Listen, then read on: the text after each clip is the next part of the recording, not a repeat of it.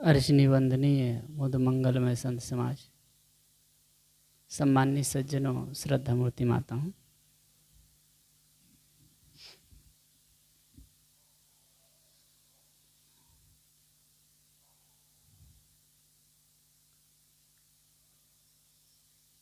सदगुरु कबीर साहब का एक बीजक के बाहर का पद है। मुझे ख्याल आया, अच्छा लग रहा था। यमते उलट भये हैं राम, दुख बिन से सुख क्यों विश्राम। बैरी उलट भये हैं मीता, साकट उलट सुजन भय चीता। अब मोहि सर्व कुशल कर मानिया, शांति भई तब गोविंद जानिया। तनमा होती कोट उपाध, उलट भय सुख सहज समाध। तनमा होती कोट उपाध, उलट भय सुख सहज समाज। कहें कबीर सुख, कहे कबीर आप डरो ना और डराओ, अंतिम पंक्ति है। खैर एक दो पंक्ति पर चर्चा करते हैं। यमते उलट भये हैं राम, दुख बिन से सुख क्यों विश्राम। महत्वपूर्ण पंक्ति है, कड़ी है। अभी हम लोग सुन रहे थे कि कबीर साहब अपनी बात मनुष्यों से करते हैं। कबीर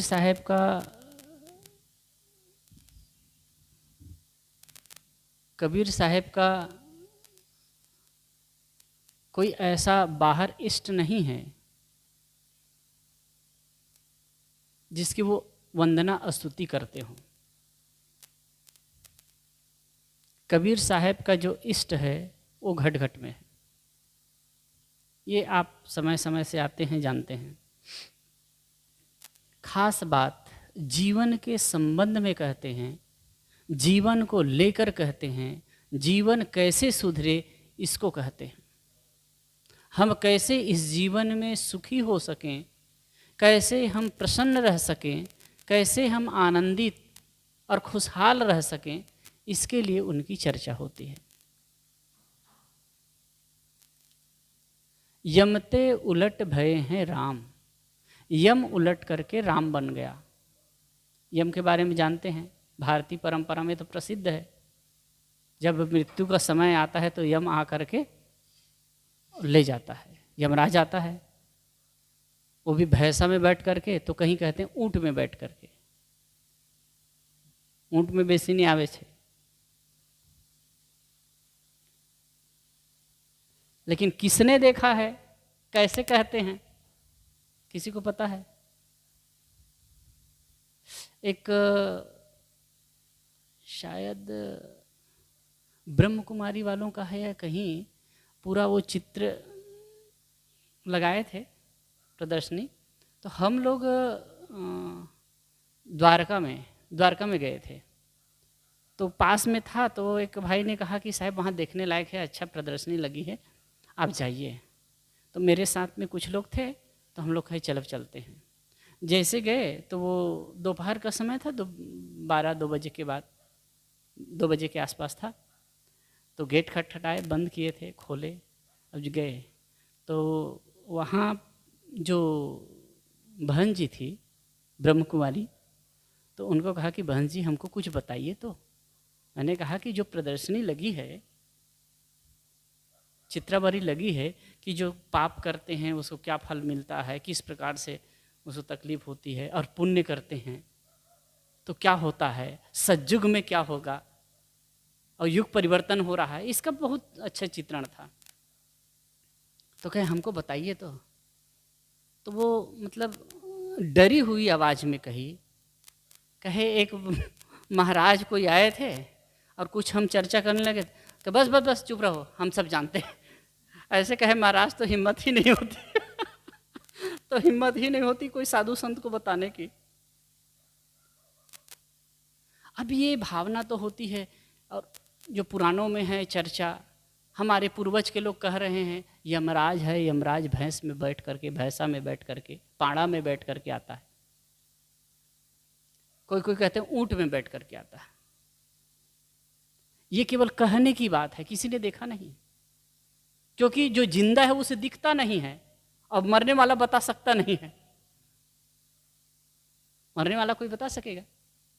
नहीं बता सकता। और कहते हैं यमराज जब ले जाता है तो लोगों को ले जा करके जैसा जिसका कर्म होता है ना, उस अनुसार से उसे दंड देता है।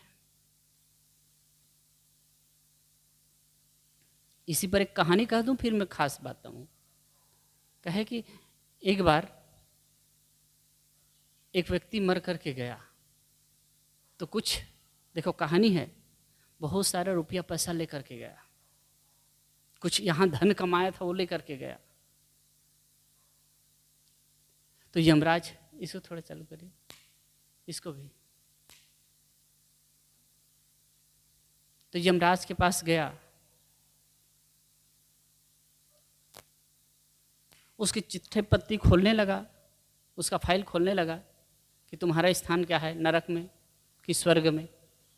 तो कहे कि तुमने तो गलत किया है, तुम्हारा स्थान नरक में है।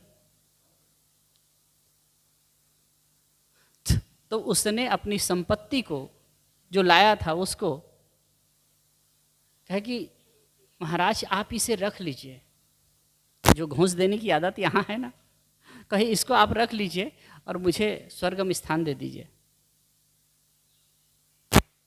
जो प्रवृत्ति हम यहाँ बनाए हैं ना वही आगे काम करते हैं। वैसे यहाँ शरीर छोड़कर कोई जाता है तो कुछ लेकर के नहीं जाता है, लेकिन कहानी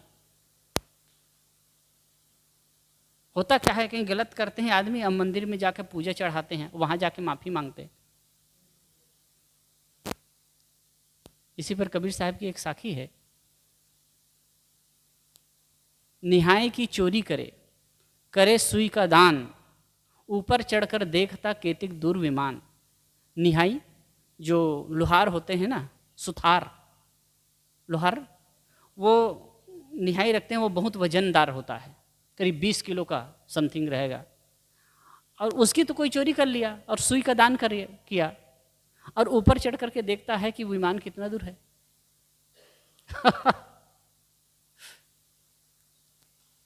तो ये अवधारणा है कि कुछ करने से ऊपर जाएंगे तो यमराज है हमको अच्छी जगह देगा। ये भी कहा जाता है कि यमराज तो दंड देने के लिए आता है, अगर पुण्य काम है तो फिर स्वर्ग या बैकुंठ से देवदूत आते हैं, वो ले जाते हैं। ये केवल कथानक है, इस पर हम ज़्यादा नहीं जाएंगे। क्या कहना चाहते हैं, इसका आध्यात्मिक भाव क्या है, इस पर चलते हैं। यमते उलट भय है राम। यम है वासना, यम है दुखदाई मन। आज तक जब तक अज्ञानता की स्थिति रहती है, जब तक अविद्या की स्थिति रहती है, जब तक अविवेक होता है, तब तक ये जो मन है वो दुख देता है। सबसे ज्यादा आप किसके साथ रहते हैं? किसके साथ रहते हैं? सबसे ज्यादा आपके साथी कौन है? किसके साथ रहते हैं? मन। और ये जो मन है ना, मन के साथ रहते हैं। मन ही शत्रु भी है और मन ही मित्र है। अपने आपे शत्रु सब, अपने आपे मित्र, ये तो अपने आप के लिए कहा है। लेकिन मन ही सबसे बड़ा शत्रु है और मन ही सबसे बड़ा मित्र है। यदि मन गलत दिशा में जा रहा है तो वो सबसे बड़ा शत्रु है, और मन सही दिशा में जा रहा है तो सबसे बड़ा मित्र है। मन में पॉजिटिव थिंकिंग हो रही है, सकारात्मक विचार आ रहे हैं, सकारात्मक भाव है, तो मन सबसे बड़ा मित्र है। और गलत विचार, कई बार होता है कि सत्संग भजन में आते हैं, ध्यान चिंतन में कभी आते हैं लोग, या कभी कभी मानसिक परेशानी से होते हैं कि साहब मैं एकदम बेकार विचार होता है, गलत विचार होता है, उससे बहुत परेशान हूं। मन से ही परेशान है। कभी कभी छोटे छोटे बच्चे, अभी मैं कहीं गया था, शायद राजस्थान की बात है कि कहीं, तो एक छोटे बच्चे आए थे, तो बात कर रहा था,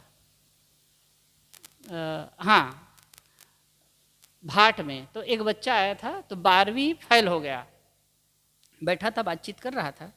तो मैं कहा कि कैसे फेल हो गए भाई? तो 10th में कितना लाए थे? तो कहे 75%, 75% लाया। और 12वीं में नापास कैसे हो गए? तो कहे कि साहब क्या करें, मन चंचल है क्या? मन चंचल है, पढ़ने का मन नहीं करता है। मैं कहा क्यों? कहे मन से परेशान होता हूं। यही है, मन यदि अशांत है, मन यदि चंचल है, तो मन के समान कोई शत्रु नहीं है। आदमी दुखी होता है ना, सबसे ज्यादा दुखी किससे होते हैं? मन से होते हैं, किसी दूसरे से नहीं होते। किसी ने कुछ कह दिया, किसी ने कोई प्रतिकूल व्यवहार कर दिया, मन में गांठ बना करके रखते हैं, अब उसी से हम दुखी होते हैं। वो सामने वाला दुख नहीं दे रहा है, मन दुख देता है। मन में क्या है कि हम गलत विचारों को, गलत बातों को पकड़े रहते हैं और इसीलिए दुखी होते हैं। साहब कहते हैं यमते उलट भये हैं राम, यम उलट करके राम बन गया। कब? जब मन सकारात्मक हो गया, सत्संग भजन से या सद्गुरु संतों के साहचर्य से, उनके सानिध्य से जब मन में सकारात्मक भाव आ गए, मन की दिशा सही हो गई, मन की दिशा सीधी हो गई, तो राम बन गया। आप लोगों ने एक सुना होगा, उल्टा नाम जपत जग जाना, वाल्मीकि भय ब्रह्म समाना। जब वाल्मीकि के लिए कहा जाता है कि वो बहुत बड़ा डाकू था, लोगों को मारता काटता था और लूटता था। एक बार सप्तऋषि आए कि वाल्मीकि तुम ये क्यों करते हो, किस लिए कर रहे हो? तो उसने कहा कि परिवार के पोषण के लिए, परिवार के लिए करते हो। तो कहीं जो लोगों को मारते हो, लूटते हो, उसको ले जाकर के परिवार को देते हो, परिवार वाले उससे उसका उपभोग तो करते हैं, उसका उपयोग तो करते हैं, लेकिन क्या तुम्हारे पाप के भागीदार वो हैं? तो कहे कि जब उसका उपयोग करते हैं तो पाप के भागीदार क्यों नहीं होंगे? जब उसका उपयोग करते हैं तो पाप का भागीदार क्यों नहीं होंगे? तो उसने कहा कि जरा पूछ तो आओ। तो वाल्मीकि ने कहा अच्छा, मुझे पूछने भेजेंगे और आप लोग भाग जाएंगे? तो कहे आपको विश्वास नहीं होता तो हमको पेड़ों पर बांध दो। उनको पेड़ों पर बांध दिया गया, सप्तऋषि को, और वो पूछने के लिए गए। तो पहला प्रश्न अपने माता और पिता से करते हैं कि मैं जो कुछ भी करके लाता हूँ आप उसका उपयोग करते हैं। मैं लोगों को मार करके पाप करके लाता हूँ तो उसका उपयोग आप लोग कर रहे हैं, तो पाप के भागीदार होंगे कि नहीं? तो माता पिता ने कहा कि बेटा तुम छोटे से बड़े हम लोगों ने किया, तुम्हें पाला पोषा बड़ा किया, अब हम बूढ़े हो गए हैं तो तुम्हारी जिम्मेदारी है कि हमारा पोषण करो। अब तुम क्या करके लाते हो तुम जानो, तुम्हारे पाप के भागीदार तुम हो, ये तुम्हारा कर्तव्य है माता पिता की हम लोगों की सेवा करना। अब तुम कैसे करते हुए तुम जानो, इसके हिस्सेदार हम नहीं हो सकते। उसके कान खड़े हो गए, थोड़ा से आगे गया, अपनी पत्नी के पास गया, पत्नी से पूछा कि तुम तो मेरी धर्म पत्नी हो, अर्धांगिनी हो, तुम बताओ कि मैं जो कुछ भी करके लाता हूँ, पाप करके लाता हूँ और उसका उपयोग करते हो, और तुम मेरी पत्नी हो, तो मेरे पाप का हिस्सा बटाओगी कि नहीं? उसके हिस्सेदार हो कि नहीं? तो पत्नी ने भी कहा कि आपने मेरे से विवाह किया है, मेरा हाथ पकड़ करके अपने घर लाए, तो मेरे भरण पोषण की जिम्मेदारी आपकी है, आप क्या करके लाते हैं वो आप जानिए। तो रत्नाकर ने कहा कि अच्छा ये बताइए कि मैं जो पाप किया हूं तो उसके भागीदार तुम नहीं होगी? तो कहे नहीं। तो उन्होंने एक उदाहरण दिया, कहा कि मैं भोजन बना रही हूं, भोजन बनाते बनाते मेरा हाथ जल गया,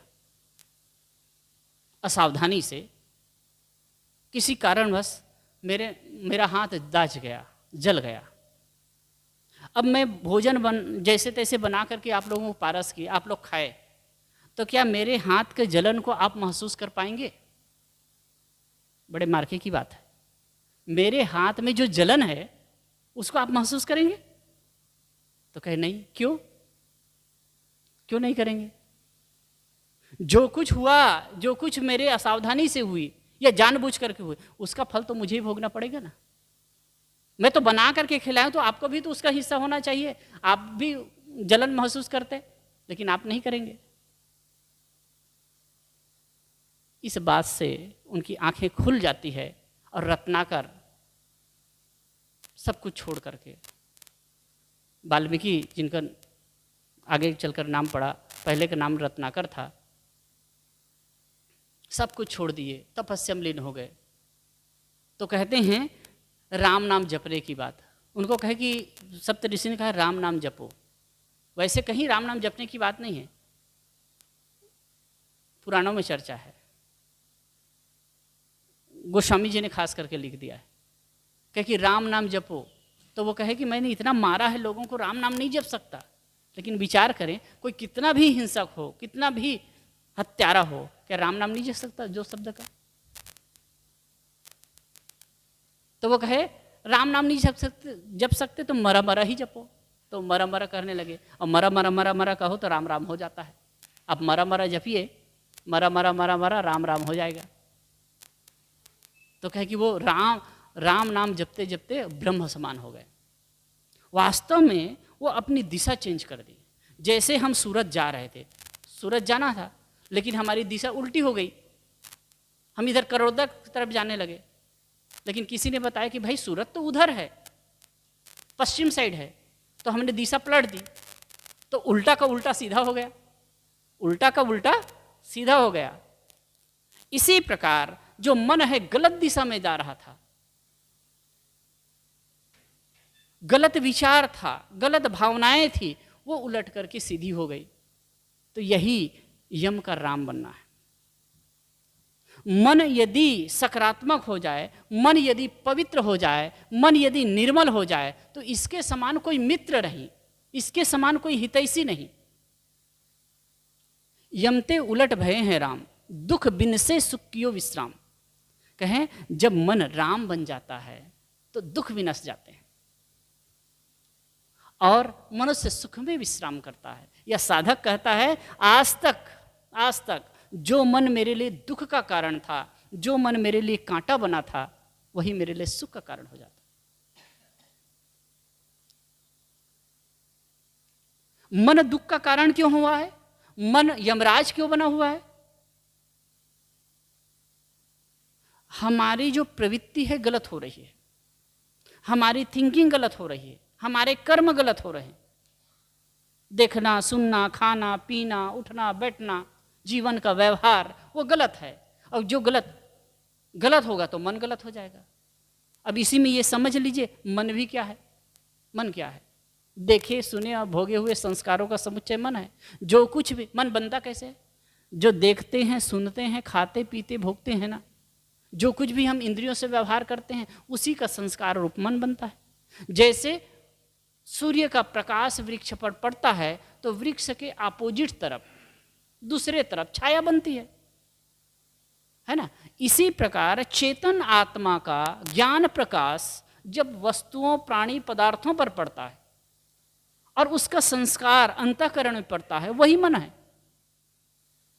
अब जब हमारा देखना, सुनना, खाना, पीना गलत होगा तो मन गलत हो जाएगा। इसीलिए कहा गया आहार शुद्धो सत्व शुद्धि। मन को ठीक करने की बात है। आहार शुद्धो सत्व शुद्धि, सत्व शुद्धो ध्रुवा स्मृति, स्मृति लंबे सर्व ग्रंथि नाम विप्रमोक्ष। आहार के शुद्ध होने से अंतःकरण शुद्ध होता है और अंतःकरण के शुद्ध होने से ध्रुवा स्मृति, स्मृति स्थिर होती है। अधिकतम लोगों का मन चंचल होता है, मन अशांत होता है। क्यों? क्योंकि हम गलत खुराक दे रहे हैं, दिशाएं सही नहीं है, और इसीलिए मन से हम परेशान रहते हैं। जैसे कि कहते हैं ना, बंदर है, बंदर एक तो चंचल है, उसको बिच्छू, उसको शराब पिला दी जाए, उसको शराब पिला दी जाए, बंदर को शराब पिला दे और बिच्छू ने डंक मार दिया तो क्या दशा होगी? वो कूदता रहेगा वो, ऐसे ही मन है, उसको विषय वासना का शराब पर ला दिया गया, अब अज्ञान का डंक लगा, कूद रहा है। फिर अच्छे खासे लोगों, संपन्न लोग हैं, धन से संपन्न है, विद्या से संपन्न है, अच्छे खासे पढ़े लिखे हैं, इतना अशांत, इतने दुखी, इतने पीड़ित रहते हैं।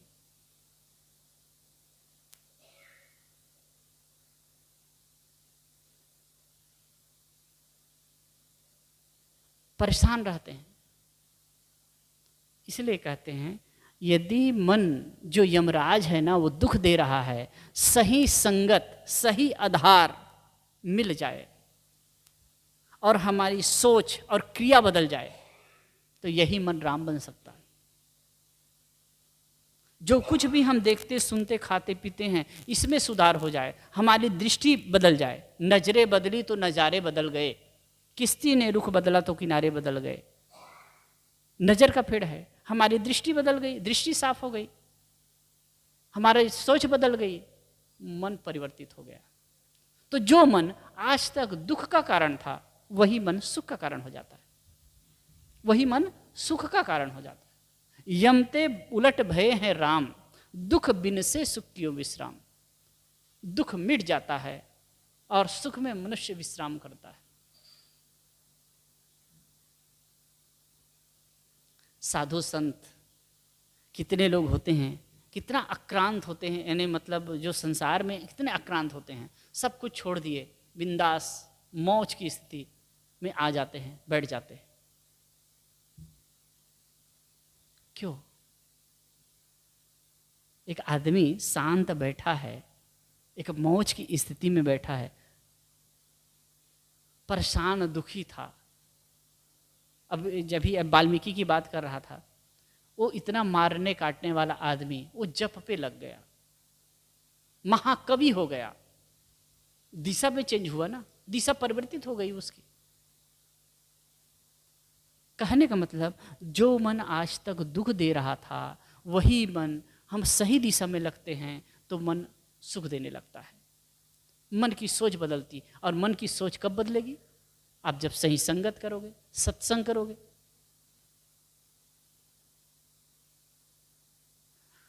मन को अच्छा या बुरा बनाने का पहला माध्यम है संगत। जैसे संग करते हैं वैसे गुण बचता है, जैसे संगत करते हैं वैसे हमारी मन की धारा बनती जाती है। सभा, सोसाइटी, साहित्य, संघ, साहित्य और समाज, ये कह सकते हैं। संघ, साहित्य और समाज, जैसे हम संगत करेंगे, जैसे हमको वातावरण मिलेगा और जैसे हम साहित्यों का अवलोकन करेंगे, वैसे हमारे मन की स्थिति होती जाएगी। यदि ये सही है तो मन सही होगा, अब यदि ये गलत है तो मन गलत होगा। तो साधक कहता है आज तक मेरा मन जो मुझे दुख देने वाला था, यमराज बन गया था, वो सुख का कारण बन गया। दुख बिन से सुख क्यों विश्राम, दुख मिट गया और मैं सुख में विश्राम करता हूं। बाहर भटकता था, दो प्रकार का भटकाव था, एक तो विषयों में सुख देखने का, सुख पाने का भ्रम था, और दूसरे आकाश में कहीं परमात्मा खोजने का।